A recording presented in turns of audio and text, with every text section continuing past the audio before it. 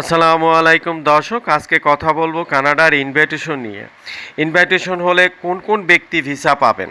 এ ধরনের অনেকেই প্রশ্ন করে থাকেন, ভাই আমি যদি ইনভাইটেশন নিয়ে আসি আমি কি ভিসা পাবো, বা আমি ইনভাইটেশন নিয়ে ভিসা জমা করেছি আমার ভিসাটা কি হবে কি না। এ ব্যাপারে অনেক প্রশ্ন করে থাকেন। তো হচ্ছে কি, আলাদা আলাদা প্রশ্ন দিতে গেলে অনেক দীর্ঘ সময় লাগে আর কমেন্টে হয়ও না। তো ভিডিওটা একটু লম্বা হলেও একটু সবাই দেখবেন বা শুনবেন, স্কিপ করবেন না। যারা আমার চ্যানেলটা এখনও সাবস্ক্রাইব করেননি তাদেরকে অনুরোধ করব আমার চ্যানেলটা সাবস্ক্রাইব করে যাবেন। যারা করেছেন তাদেরকে অসংখ্য অসংখ্য ধন্যবাদ। পাশের বেল আইকনটা একটু অন করে দেবেন, তাহলে হচ্ছে কি আপনি নিত্য নতুন ভিডিওটা পেয়ে যাবেন। চলুন আমরা মূল কথায় যাচ্ছি। মূল কথা হচ্ছে, দেখুন, ইনভাইটেশন হচ্ছে একটা, আপনাকে ওই দেশে 15 দিন হোক 20 দিন হোক এর জন্য আপনাকে একটা দাওয়াত করেছে। সেখানে আপনি যাবেন, আপনার নির্ধারিত টাইম থাকতে আবার আপনি চলে আসবেন। যেই ব্যক্তি এখন আপনাকে ইনভাইট করবে বা দাওয়াত দিবে, এই ব্যক্তির ওখানে যথাযথ ডকুমেন্টস থাকা লাগবে। যেমন ওই দেশের নাগরিকত্বটা থাকা লাগবে, তার ওই দেশে কোনো ক্লেম থাকতে পারবে না। মানে এক কথায় হচ্ছে যে ফ্রেশ থাকতে হবে, সব মিলিয়ে যাতে ফ্রেশ থাকে। তো সেই ব্যক্তি যদি ইনভাইটেশন দেয় বা পাঠায়, তাহলে হচ্ছে কি আপনি ভিসাটায় আবেদন করতে পারেন, ভিসাটা হওয়ার চান্স থাকবে। তবে হ্যাঁ, এর ভিতরে কথা আছে যে সেই ব্যক্তি কোন ব্যক্তি। যেমন কোন ব্যক্তি বলতে হচ্ছে আপনার কি হয় ওই ব্যক্তি, আপনার সেই ব্যক্তি কি হয়, আপনজন বলতে হচ্ছে কেমন আপনার সাথে রিলেশন, সেই ব্যাপারটা কিন্তু আপনার মূল একটা বিষয় হয়ে দাঁড়াবে। ভিসা অফিসার ওইটাই বোঝার চেষ্টা করবে যে এই ব্যক্তি আপনার কি হয়, যে আপনাকে ইনভিটেশন দিয়েছেন সে কি হয়।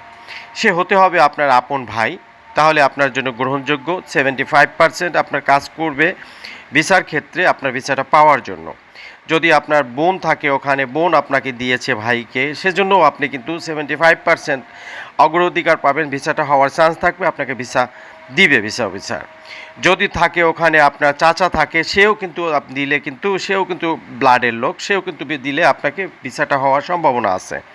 দেন হচ্ছে এই ধরনের ব্লাডের লোক যারা আছেন তারা যদি ইনভিটেশনটা আপনাকে দেয়, তাহলে হচ্ছে কি আপনার ভিসাটা শিওর পাওয়ার একটা চান্স থাকে, বা আপনাকে ভিসা অফিসার দিবে। এখন হচ্ছে অনেকেই হচ্ছে বিভিন্ন দেশ থেকে বা বিভিন্ন জায়গা থেকে বা কানাডা থেকে যারা ইনভিটেশন নিচ্ছেন, এই ইনভিটেশন সম্পর্কে তারা জানেন না যে এই ব্যক্তি কে আসলেই কি ওখানে সিটিজেনশিপ, না ওখানে সে এখন ভিজিট ভিসায় যে পড়ে আছে, কোনোটাই আপনারা জানেন না। এজেন্সি আপনাকে দেয়, আপনারা সেটা বলেন যে আমি 1,00,000 টাকা দিয়ে তার থেকে ইনভিটেশন লেটার কিনেছি বা সংগ্রহ করেছি, তারপর আবেদন করেছি। আসলে কি ওই ব্যক্তির কি মানে সুবিধা আছে কি, ওই দেশে কানাডাতে কী কী সুবিধা সে পাচ্ছে, গভর্নমেন্ট কোনো সুবিধা পাচ্ছে কিনা, সে কোনো ক্রিমিনাল কিনা, সে কোনো আসলে আগে মামলা খেয়েছে কিনা, এ ধরনের তথ্য আপনি কিছুই জানেন না। আপনি শুধু টাকাটাই দিচ্ছেন আর ইনভিটেশনের নামটা শুনছেন, আপনার কাছে ইনভিটেশন পেপারটা পর্যন্ত দেয়নি, আপনি দেখেনও নাই। তো এই ধরনের ভিসায় কিন্তু এই ধরনের লোকের এই ধরনের ইনভিটেশনে কিন্তু ভিসা হওয়ার চান্স থাকে না, বা ভিসা পান না। ভিসা পাবেন কারা? আপনজনের ধারা। আপনজনের ধারা হচ্ছে আপনি শিওর ভিসা পাবেন, শিওর, এতে কোনো মিস হবে না। কারণ আমি একটা এই কয়েকদিন আগে একটা জমা করিয়েছিলাম এরকম শিওর ভিসা, পেয়ে গেছি একদম শর্ট টাইমে, একদমই শর্ট টাইমে। তো এগুলি কিন্তু আপনাদের জন্য খুবই খুবই গুরুত্বপূর্ণ। যে আবার হচ্ছে যে ইনভিটেশনে আপনারা কি লিখতে হবে। দেখুন, অনেক সময় ভুল তথ্য দেওয়া থাকে যে শুধু বেড়াতে আসবে, এইটাই লেখা থাকে। এটা কিন্তু একটা মেজর বিষয় হয়ে দাঁড়ায় না, কারণ যেহেতু একটা অনেক বড় দেশ বা অনেক দূর আমার দেশ থেকে, তো আপনার একটা কারণ দর্শন ছাড়া ভিসা অফিসার কিন্তু যে জিনিসটা বোঝার চেষ্টা করবে না যে কোনো একটা কারণ ছাড়া এত দূর থেকে শুধু এত টাকা খরচ করে সে যাবে, বিষয়টা কেমন জানি হয়। তো এই জন্য আপনাদের একটা কারণ লেখা থাকতে হবে, কারণ দর্শন দেখাতে হবে। যেই ব্যক্তি ইনভিটেশন লেটারটা দিবে তার কিন্তু একটা ভালো একটা কারণ লিখতে হবে। সে কারণটা হতে পারে তার মেয়ের বার্থডে, বা ছেলের বিয়ে, মেয়ের বিয়ে, বা হচ্ছে কোনো জন্ম, ম্যারেজ ডে, এ ধরনের একটা ভালো উৎসাহ ঘটনা লেখে কিন্তু দিলে হচ্ছে কি যে বুঝতে সুবিধা হবে, ভিসাটা দিতে কিন্তু সহায়তা করবে আপনাকে। শুধু একটা বেড়াতে যাবে, বিষয়টা একটু কেমন জানি নর্মাল হয়, সেই জন্য আর কি বিষয়টা অনেক সময় ভিসা অফিসার মাথায় না গুরুত্ব দেন না। তো কি করতে হবে আপনাদের, বিষয়টা একটু হলেও এ ধরনের ক্রাইটেরিয়া দিয়ে এ ধরনের সিস্টেম করে তারপর আপনারা আনবেন, তাহলে হচ্ছে কি আপনি ভিসা পাওয়ার ক্ষেত্রে অনেক চান্স থাকবে, অনেক। তো এই বুঝে গেলেন ইনভিটেশনের ব্যাপারটা। দেখুন আবার নতুন নতুন কিছু কথা শুনতেছি এখন। বিষয়টা হচ্ছে যে অনেকেই ভিজিট ভিসায় যাচ্ছেন, ইনভিটেশন দিচ্ছে, কোনো এজেন্সির থেকে কিনেছেন, সাথে সাথে বলতেছে আপনাকে পুলিশ ক্লিয়ারেন্স দিতে হবে ভিজিট ভিসায় গেলে।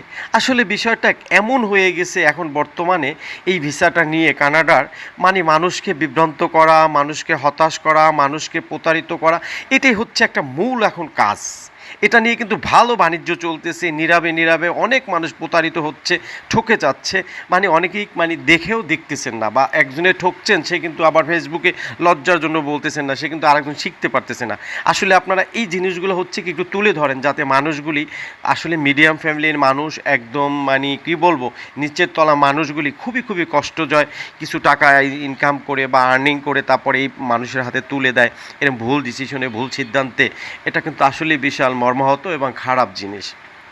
আমার কাছে অন্তত বিষয়টা খারাপ লাগে যে এই মানুষগুলি তো একটা স্বপ্ন দেখছিল, যে কোনো একটা কারণবশত এখান থেকে ওখান থেকে জমি বিক্রি করে টাকাগুলো সংগ্রহ করে প্রতারকের হাতে দিচ্ছে এরকম ভুল ডিসিশনে, ভুল সিদ্ধান্ত।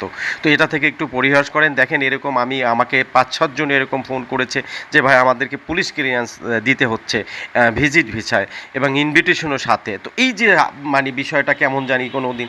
আর কারা কারা শুনছেন বা যারা যারা ওখানে গিয়েছেন তাদের কাছে একটু জিজ্ঞেস করেন তো যে আসলে পুলিশ দরকার হয় কি না। তো এই যে ফালতু জিনিস যে মানুষকে একটা হয়রানি করা, এটাও কিন্তু একটা বিভ্রান্তকর ঘটনা, এগুলো করা উচিত না। আবার দেখা যাচ্ছে এখন অনেক অফিস আছে, দেখেন কি করে জানেন, আপনারা জানেন না, দেখেন যে ওখানে একটা টাই কোট পরে একজন ভদ্রলোক বসে আছে, আসলে কি একটা এসি লাগানো, এসি চালাচ্ছে, আপনাদের টাকা নিয়ে সে এসি লাগাচ্ছে, ঠান্ডা লাগছে সেই জন্য একটা কোট গায়ে দিয়ে বসে আছে, ঠিক আছে, একজন পুতুলের মতো কোট গায়ে দিয়ে বসে আছে, আসলে একটা ল্যাপটপ সামনে আছে, ঠিক আছে, এখন সস্তা ল্যাপটপ সামনে আছে, বসে আছে, আসলে উনি ল্যাপটপের মাউস ধরতে জানেন না, উনি ভিসার ব্যবসা শুরু করে দিয়েছেন। উনি কী করতেছেন জানেন, ওখানে বসে বসে মানুষের টিকা কাজ নিয়ে অন্য কারোর মাধ্যমে সে কাজটা করাচ্ছেন। সেই লোকটা আসলে প্রতারিত, এখানে 10 লাখ 5 লাখ টাকা কন্ট্রাক্টে নিচ্ছেন, এরকম ভুয়া মুয়া ডকুমেন্টস দিয়ে আর একজনের মাধ্যমে সে ভিসাটা করাচ্ছে। যদি হয়ে যায় তো লটারির মতো লেগে যাবে, টাকা পাবে, ওই এসির বাতাস ওরকম খাবে আপনাদের দিয়ে নিয়ে। এই যে ঘটনাগুলো করতেছে এগুলো একটু অফিস দেখে শুনে তারপর বুঝে শুনে নিয়ে কথা বলে দেখবেন যে শুধু মানুষ কোট টাই পরলেই একদম ভদ্র মানুষ হয় না বা কাজ জানে এরকম হয় না। এটা একদম নর্মাল বেসিকলি ব্যাপার। এই ব্যাপারগুলো থেকেও আপনারা একটু সাবধান থাকেন। আমি এগুলি অনেক দেখেছি, অনেক শুনেছি, সেই জন্য বলতেছি। তো এদিক থেকে একটু পরিহাস নিন। তো ভালো থাকবেন, সুস্থ থাকবেন, আল্লাহ হাফেজ। আবার নতুন কোনো ভিডিও নিয়ে আসবো।